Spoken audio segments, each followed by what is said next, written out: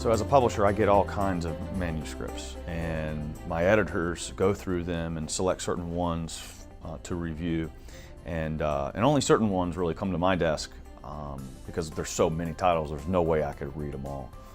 But there was one that did come to my desk, and it was on the life of St. Francis. And I was especially pleased to see this because St. Francis is one of my favorite saints, really is. In fact, my eldest son, whose middle name is Francis. So he's really one of my favorite saints of all time, which shouldn't be a surprise because he is the Alter Christus, I think the only saint in the church's canon named the Alter Christus, the other Christ. So many people say he's the greatest saint, the most Christ-like, but you know, there are so many biographies on the guy. You know, from a practical standpoint, I had to say, do we really need another biography on St. Francis? But my editor said, Connor, take a look at this. This is different. There's something special about this. So I did, and within 10 or 15 minutes of reading this, I said, wow, this is a different type of biography. You see, I read a lot of biographies. It's probably my favorite genre. And so I have a sense for how a good biography is written. You know, a lot of biographies are a lot of facts, a lot of details, just trying to prove from a scholarly standpoint the timeline of events. But that's not what this book has done. And many biographies on Francis do that because there's a lot of dispute about different facts in his life, separating legend from fact and that sort of thing. This book does a good job at laying out the chronology of events, but what I saw in that first 10 minutes was that this book got into the heart and the mind, the soul of Francis in a way that I had never seen. And that really shocked me. And I said, this is an important thing for me to understand and probably for my readers to understand. Now fast forward 3 months or so, and I am in Assisi with the author Bret Thoman. And turns out he is a world-renowned tour guide and pilgrim leader throughout Assisi and other areas around Italy. So he spent a lifetime trying to really understand what the passions of Francis were like. What was he thinking? What was he feeling as he walked the streets of Assisi, as he went out to take care of lepers? So when I was reading this manuscript, I saw this amazing ability that the author had to help me envision what was going on in the inner life of Francis.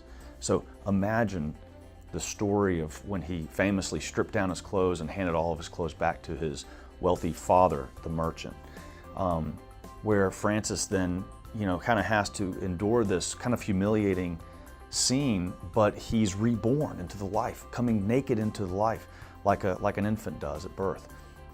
What was he thinking about that at the moment? Did he have fears? Did he have concerns?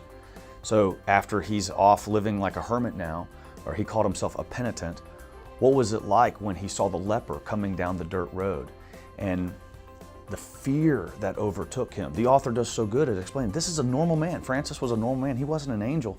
He had fears. People feared lepers, and he heard the little bell, and he heard the leper saying, unclean, unclean, as the laws of Assisi required him to. There are so many scenes in the life of Francis that are like that are so rich, visually rich, that can help us see the incredible spirituality of this man. One of them is the great scene when Francis and his early companions go to Rome to meet the Holy Father, and the Holy Father shuns them away because they're dirty and they're eccentric. But the Holy Father has a dream that night of Francis holding up the Cathedral of Rome, St. Lateran, and so he wakes up and he sends one of his servants, go get that little guy from Assisi, bring him back, bring him back. So he comes back and he explains this dream that Francis was holding up the church, saving the church. And so he instantly, there on the spot, instituted the Franciscan community, and the rest is history. With Franciscan saints, I think there's more Franciscan saints than any other order. So Franciscan saints have been transforming the church all these years, doing wonderful services to the poor, to the needy, and so we have Francis to thank for that. So this book that we've published, St. Francis, Passion, Poverty, and the Man Who Transformed the Catholic Church, It's a very special title to me because he was the epitome of passion. He embraced poverty in a way that no other saint had.